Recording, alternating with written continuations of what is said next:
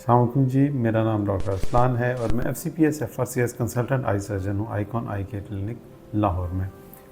आज का जो टॉपिक है वो एक कॉमन मसले के साथ लिंक करता है और वो है कोई भी ऐसे लोग जिनकी आंख डैमेज हो गई है, आंख को किसी किस्म का ऐसा नुकसान पहुंचा है जिसमें विज़न ख़त्म हो गई है और आंख शक्ल या बनावट के हिसाब से अपनी जो अपीयरेंस है वो खो चुकी है।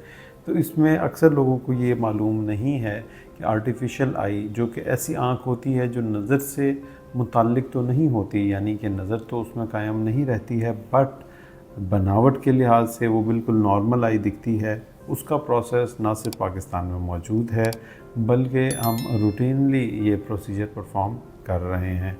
उससे पहले आँख का एक मुआयना ज़रूरी है। अगर आपने अपनी आँख का एक मुआयना करवाना है तो उसके लिए आप हमसे रब्ता कर सकते हैं और इसके बाद कंप्लीट असेसमेंट होने के बाद हम ये फ़ैसला करेंगे कि क्या आप एक कैंडिडेट हैं जो कि आर्टिफिशियल आई के ज़रिए अपनी आँख की बनावट को बहाल कर सकते हैं।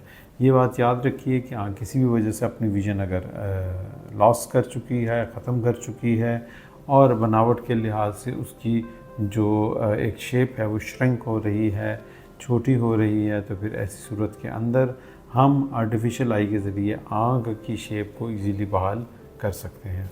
और बहुत सारे ऐसे पेशेंट्स हैं जिनकी आँखों की हमने सर्जरी की है, आर्टिफिशियल आइज़ उनको इम्प्लांट की हैं।